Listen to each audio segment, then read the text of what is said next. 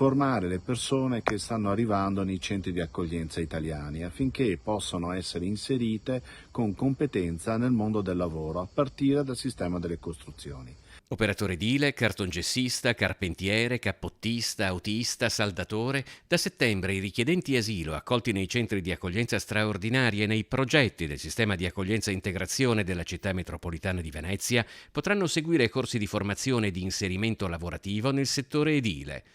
E l'obiettivo del progetto nato da un protocollo sottoscritto a livello nazionale dal Ministero dell'Interno con l'ANCE, l'Associazione Costruttori Edili. C'è una forte richiesta di manodopera in questo momento perché è carente,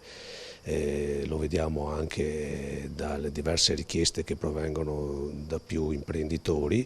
C'è una necessità che sempre di più si farà sentire, soprattutto mancanza di manodopera giovanile. Cristiano Perale e il segretario della Filca Cisla di Venezia, Andrea Grazioso, sono rispettivamente presidente e vicepresidente del Centro Edili Venezia, l'ente bilaterale partecipato dalle organizzazioni sindacali e dall'Associazione dei Costruttori Edili, che oltre ad organizzare i corsi di formazione in ambito edile per i richiedenti asilo, vaglierà le singole pratiche e la selezione dei partecipanti. Già un centinaio di persone sono state segnalate dai centri di accoglienza come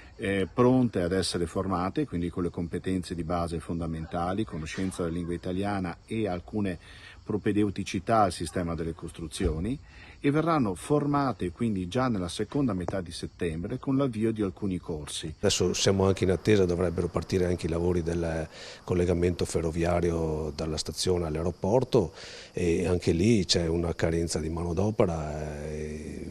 però ci saranno diversi cantieri che partiranno e quindi anche l'aiuto e il contributo dei lavoratori stranieri che fino adesso hanno in gran parte contribuito a